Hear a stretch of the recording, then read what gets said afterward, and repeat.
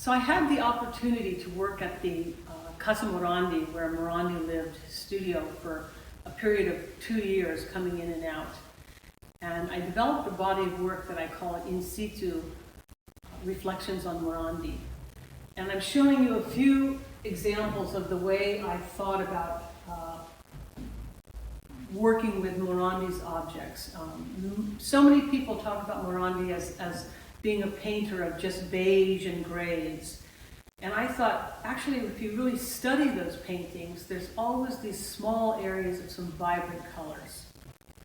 What drew me to Morandi early on was the way his objects, the seemingly banal objects, and his repetitive way of using those objects. And yet, when you really study those paintings, there's a new excavation for ideas every time you look at one. And I kept thinking about, well, here I'm in this space where I'm allowed to use Morandi's objects. So I thought, what happens if I create these veils of color that are actually located in those paintings, and I use those to, in a sense, frame the paintings and reframe the objects by doing new installations or new configurations. I think one of the most prominent ideas that I worked with were the shadows.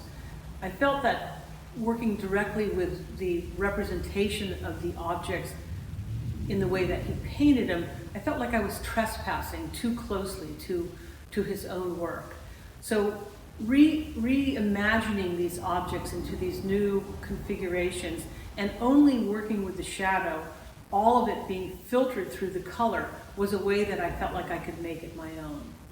I think that there's an amazing project that the Morandi Museum does by allowing viewers to see such an archive and such a vast archive of Morandi's works, both paintings and drawings. And when I was a Rome Prize Fellow at the American Academy in Rome, I made a trip up to Bologna, and that was when I was first able to see such an extensive archive of his work.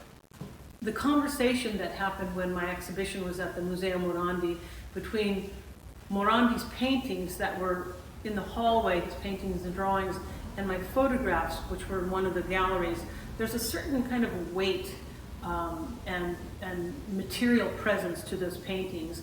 And there's a different kind of weight, a more atmospheric and immateriality to the photographs I made of his objects.